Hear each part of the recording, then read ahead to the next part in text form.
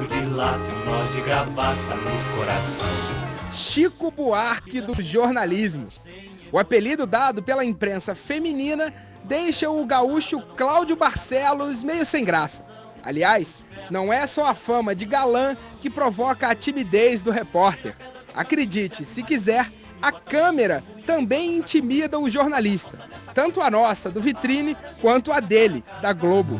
Ferrovias destruídas, estradas interditadas pelo risco de explosão de minas, isolam a população do interior. Eu acho que eu sinto mais à vontade quando eu estou contando uma história, não a minha história, mas a história de alguém.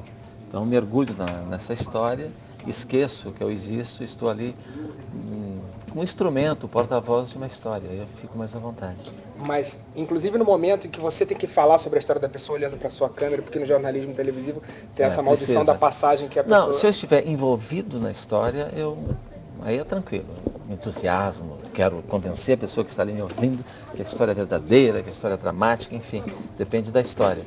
Aí eu esqueço da minha timidez, esqueço da minha insegurança, mas não é fácil. Inclusive as meninas da TPM apelidaram o Caco de Chico Buarque do jornalismo. Tá aqui no texto, ele ficou super sem graça quando falaram... É verdade. Mas também cheio de orgulho, eu admiro muito o Chico, acho um cara maravilhoso, né? Grande brasileiro. Mas não sei qual aspecto que elas me acharam. Você sabe, eu vou te dizer então, porque só tem mulher na redação da TPM, elas provavelmente acham o Caco boa pinta, o cara charmoso, e ela falou que, quando ela falou isso, você ficou especialmente tímido. Você falou assim, exatamente. Não, isso aí não é comigo. Encontramos Caco Barcelos na sede da Rede Globo aqui em São Paulo, no quartel-general do Profissão Repórter, que tem uma redação própria, separada do jornalismo global. O quadro, que mostra os bastidores da cobertura jornalística e revela jovens profissionais, emplacou, dá picos de audiência no Fantástico. Para o nosso entrevistado, o segredo do sucesso está na reportagem. Nós estamos na cobertura de um prédio que fica bem atrás do depósito de cargas da TAM, que foi atingido pelo avião hoje. Por que você acha que o trabalho dessa rapaziada aí, sob o teu comando, está fazendo tanto sucesso e tocou, emocionou as pessoas, o público especialmente? Assim? Por que pegou? Bom, eu não sei te responder exatamente. Que você é a eu tua opinião? Espero que seja assim. Acho que tem 1000 maneiras de você contar uma história. A melhor maneira, no meu modo de ver, é pela via da reportagem. A reportagem encanta, fascina. E como somos todos aqui envolvidos e adoramos fazer reportagem, eu acho que isso é o que mais atrai o telespectador. Quer dizer, não tem nada de novo, na verdade, no nosso trabalho. A coisa mais genuína do jornalismo, que é sair para a rua, ouvir as pessoas, como você está fazendo comigo aqui, né, diretamente, conhecer as suas realidades, tentar conquistar confiança nas histórias, numa casa que a gente entra, né, estabelece ali uma relação de confiança e retrata, a gente tenta sempre retratar um universo que diga respeito a muita gente. A gente busca assuntos que sejam do interesse público. Eu acho que as pessoas se identificam com a temática, porque a gente busca sempre uma temática que tenha assim, um forte conteúdo social, e a reportagem que sempre eu acho atraente, né? Porque envolve vários elementos, sobretudo televisão é um veículo que permite mostrar esses elementos, né? A ação, a fala, a sonoridade, né? A bela imagem. E você concorda que a gente tem alguma diferença em relação às outras pessoas? Nós somos os privilegiados que veem as coisas primeiro. Você acha que o jornalismo anda muito engessado, cansado, não, e que não talvez sei. esse frescor do quadro de vocês, né? Eu não sei, eu acho que no hard news é necessário que seja, até porque a notícia tem que ser contada em 1 minuto, 1 minuto e meio, não há muito espaço realmente para contar o entorno da notícia, né? Na verdade a gente faz um resumo da notícia. Eu acho que está adequado lá para o hard news esse formato, considerando que você tem que contar, fazer um resumo dos principais acontecimentos do país. Mas num programa de reportagem, permite uma história com mais fôlego, eu acho que fica mais adequado. Bom, e eu sou suspeito para falar também, porque eu sou radical, assim, um repórter radical, centrado. Acho que o personagem central, fundamental de toda a matéria é a pessoa simples da rua e tal. Acho que quanto mais distante do poder, mais próximo da verdade a gente está. Em 2001, um novo desafio para o gaúcho da Vila São José do Murialdo. Foi parar em Londres como correspondente internacional. Na Europa, sentiu na pele a velocidade da informação. Muitas vezes foi atropelado pelas notícias. Nem sempre era possível ser testemunha ocular da história. Tua experiência de correspondente internacional, você conseguiu exercer isso sempre ou nem sempre? Às vezes mandava, desce ali na esquina, grava uma passagem com, sei lá, com a cidade de fundo, porque as imagens estão vindo de agências de notícias, os depoimentos estão blá blá blá.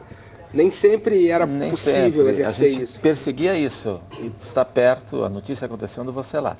Mas do jeito que está a cobertura hoje, todo mundo está mais perto, a sensação é, todo mundo chega antes de você. Porque há correspondentes no mundo todo, né?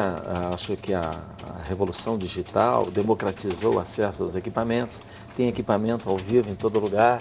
Tem videofone espalhado por tudo que é canto, celular, né? E é loucura, quase burrice você correr contra essa dinâmica toda. Você não chega primeiro, muito difícil, alguém chegará antes.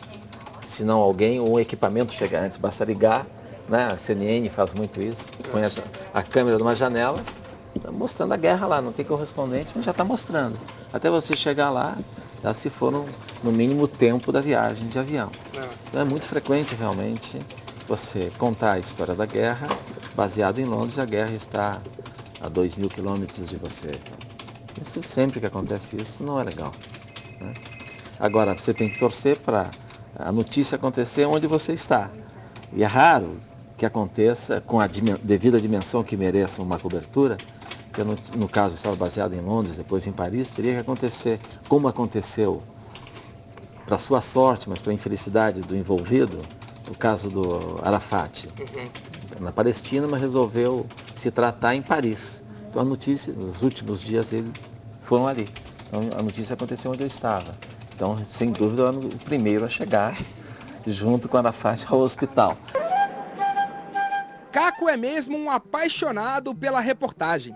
Gosta é da rua, de gente.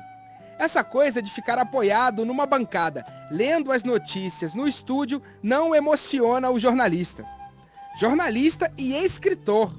E os livros lançados foram um sucesso de crítica e público. Venderam bem e ganharam prêmios de literatura e até direitos humanos. Com a palavra, Caco, o escritor. A gente percebe que você valoriza muito a reportagem. E a gente estava falando dessa colagem que anda rolando ultimamente, assim, e que você teria dito em algum momento que achava que a reportagem estava um pouco escanteada, um pouco desvalorizada, assim. Você já disse isso, você acha isso? Ou... Assim, pensando historicamente, né? Sim, nas revistas, nos jornais, em todos os veículos. Eu acho que a gente já teve um espaço mais nobre do que hoje. E reportagens melhores também? Não sei, eu sou muito fã ainda do tempo da realidade, do Jornal da Tarde, dos grandes repórteres, reportagens de fôlego, reportagens já escrevi reportagens de 60 páginas, laudas cheias, né? Então tem um pouco, talvez, saudoso desse tempo, mas não acho que seja só saudosismo, não, eu acho que é interessante, tanto é interessante você contar a história com toda a sua complexidade.